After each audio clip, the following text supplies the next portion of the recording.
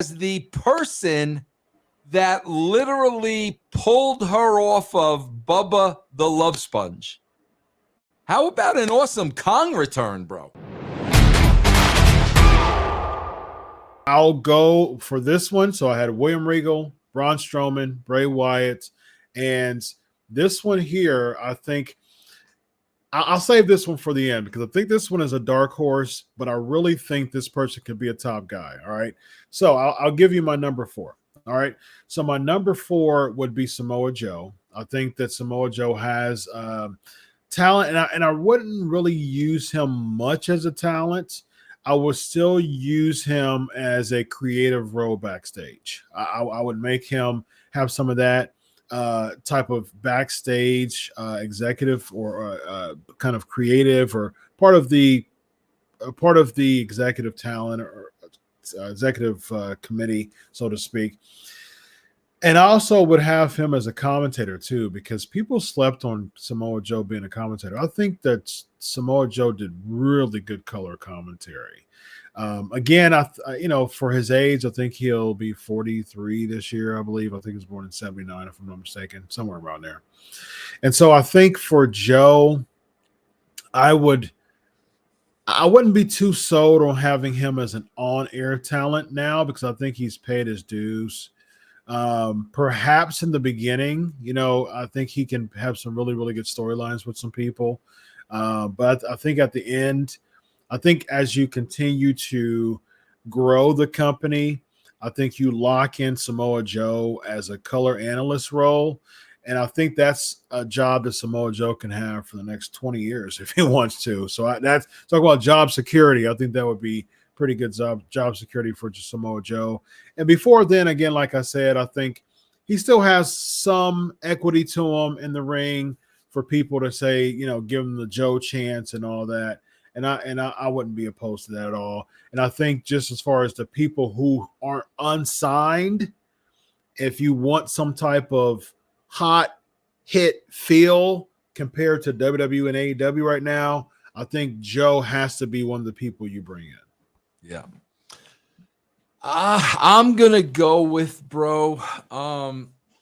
We need somebody in charge is the wrong word, but we need somebody in charge of the woman. We need a head woman. And I got to tell you, bro, 3 names come to mind to me. And I work with so many great women. But the 3 names that come to mind to me are Mickie James is taken. Gail Kim is taken. The next name that comes to mind, and I'm not saying like I would pick those 2 before her. These are the 3 names that come to my mind immediately. I would hire in a heartbeat a Lady Victoria, without a shadow of a doubt, bro, because she's respected. She's no nonsense. Yeah. She would push those women to get the absolute best of them without taking anybody's crap. And I am a big proponent.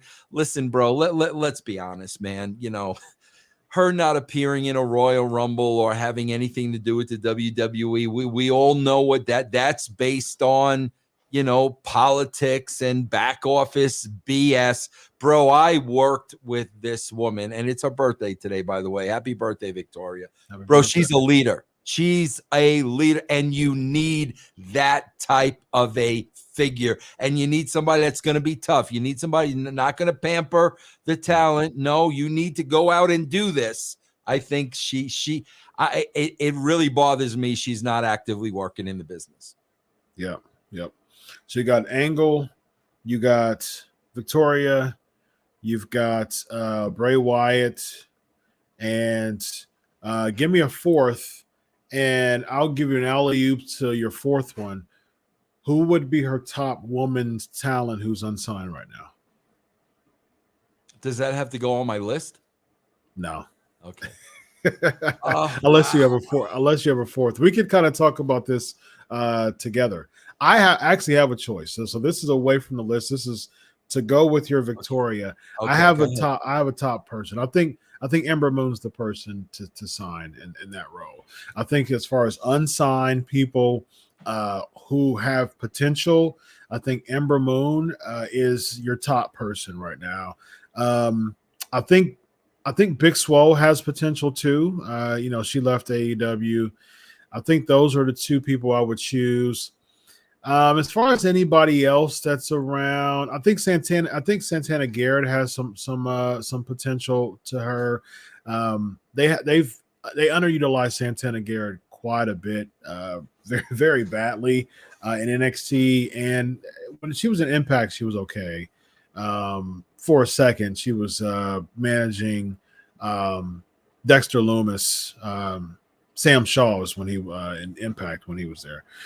So they really when she really had an opportunity to show a lot of her character during that time, and then she just became just some random player B type of women's wrestler that I'm like, she's got so much character in her, and then she's not being booked. So my three would be, if from people who are unsigned right now, I would do Ember Moon, Big Swole, and Santana Garrett is the first people I think about from my head. I don't have a problem with any of those. I would be a little concerned because, like I said to you, bro, I don't want any politics. I don't want any trouble. I would think twice about Big Swole. Big Swole. Now let me tell you this, bro. I applaud her for speaking out, and I think she did it in an extremely professional way. She did, without a shadow of a doubt. The things that she said really didn't hurt anybody. I think she said it in a perfect way. I just don't know if those things should have been said publicly. I would be a little concerned about that. So obviously she's outspoken, but very smart. And like I said, was very, very respectful, but I'm so touchy to not want any problems. I don't want Shane to have any problems whatsoever. So how about bringing this name back from the past? And this person, when I worked with her, very lovable, little bit of a head case, but I think this was years ago. So I think, as we get older, bro, like we change, we become wiser. And bro, as the person that literally pulled her off of Bubba the Love Sponge, how about an awesome Kong return, bro? Oh, how about an awesome Kong return, bro?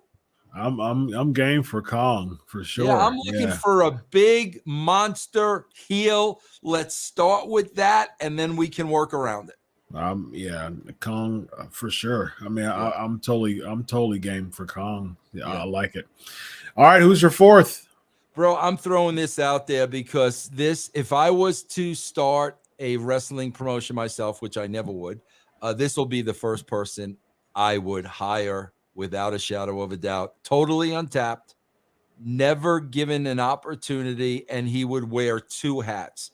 And bro, I'm talking about, I do a show with him, so I hear his wisdom every single week. I am talking about the great Ben Hameen. And I'm talking about him for a couple of reasons, bro. Number one, he has an unbelievable creative mind. But number two, bro, this guy is an improv actor.